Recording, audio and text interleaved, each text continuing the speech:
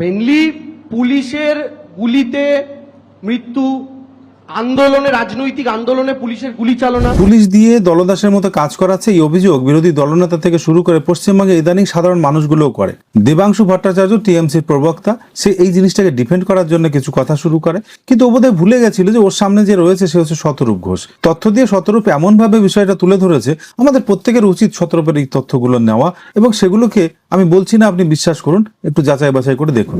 আপনারা গণ আন্দোলনে গুলির গল্প শোনাচ্ছেন। হাফিজুল আলমগীর নামটা মনে পড়ছে? ভাঙড়ে লড়াই করছিল জমির জন্য, গুলি চালিয়ে খুন করেছে আপনাদের পুলিশ। এবং কি বলুন তো, আন্দোলন করলে তাকে মেরে ফেলা আর হাতিয়ারটাকে আপনারা একমাত্র গুলি বন্দুকে আটকে রাখেননি। সুদীপ্ত লাঠির বাড়ি পিটিয়ে মেরেছেন সুদীপ্ত গুপ্তকে, একটা 22 বছরের ছেলে কলেজে ছাত্র ভোট চেয়েছিল বলে।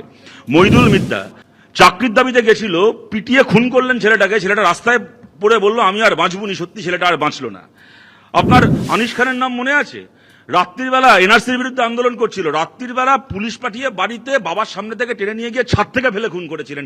খুনের কত রকম ইনোভেটিভ কায়দা আবিষ্কার করেছেন। তামান্নার কথা মনে আছে?